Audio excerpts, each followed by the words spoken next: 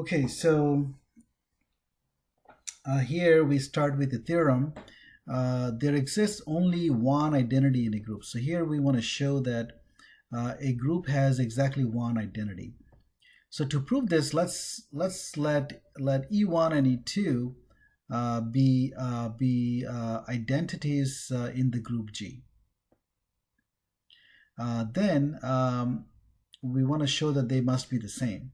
So because E2 is an identity, by the definition of an identity, E1 times E2 would be E1.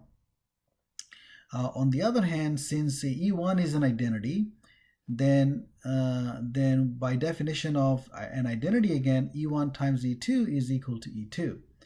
So then we see that E1 and E2 are both of them are equal to E1, E2, so they are the same. So E1 and E2 are the same. Now, one thing I want to mention is that whenever the group operation is not specified, we just use the multiplicative notation for the group operation. So usually we use dot as the group operation, but when dot is the when we are using the multiplicative notation for the group operation, usually we skip the dot.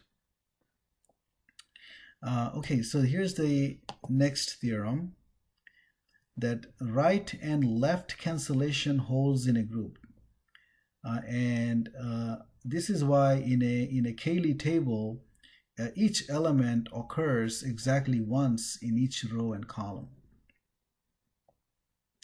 To prove that the left cancellation holds in a group, let A, B, C be in G, and let E be the identity in G. Assume that AB is equal to AC. So left cancellation means that we can cancel A and say that B and C are the same. So if we have that AB is equal to AC in a group G, then we want to now show that B and C are the same. So to show that B and C are the same, I'm going to start with B, and notice that B is equal to E times B because E is the identity. Now E is the same as A inverse times A because A inverse is the inverse of A, and then we can use the associative property and regroup here, so we can write A inverse times A times B, but A times B is the same as A times C, and then regrouping A inverse A again, we see that we get E times C, which is equal to C. So we started with B and then we got to C. So as a result, we can say that B and C are the same. Okay, next, every element A in a group G has a unique inverse in G. The implication of this result is that the equation AX is equal to B and XA is equal to B have unique solutions, respectively.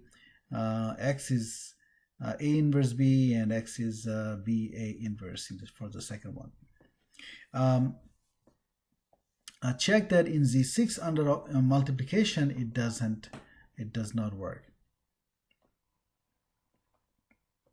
That is this equation, so AX is equal to B, doesn't have a unique solution in Z6 in Z6, for example.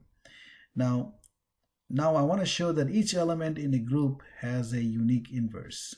So let's say that G is a group, and let B and C, let each of B and C be an inverse of the element A in G, and E is the identity element of G. Now, so because B is an inverse of A, we have that AB is the identity, and because C is an inverse of A, we have that C times A is also equal to the identity.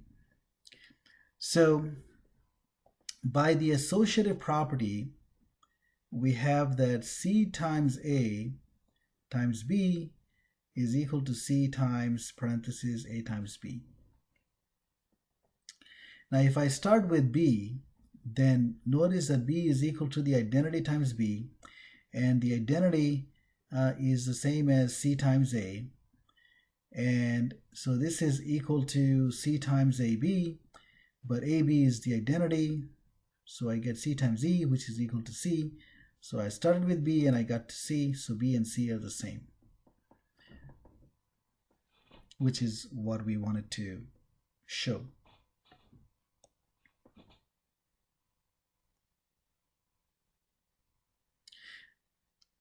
Now there is another way of going about this proof, which is so this right here I could have written A times C instead of C times A. So then I have AB is equal to AC, and then by the cancellation, left cancellation that we proved earlier, we could have said then by left cancellation B would be the same as C. So if I apply the left cancellation theorem that we proved, then this proof is a little bit easier. So this proof that I gave here is independent of is without using the left cancellation. In a group G, where the group operation is multiplication, then we define the following. We define G to the 0 to be the identity. G to the n is defined to be G times G times G, that is you're multiplying G n times. And G to the negative n is defined to be the nth power of G inverse, that is here you're multiplying G inverse n times.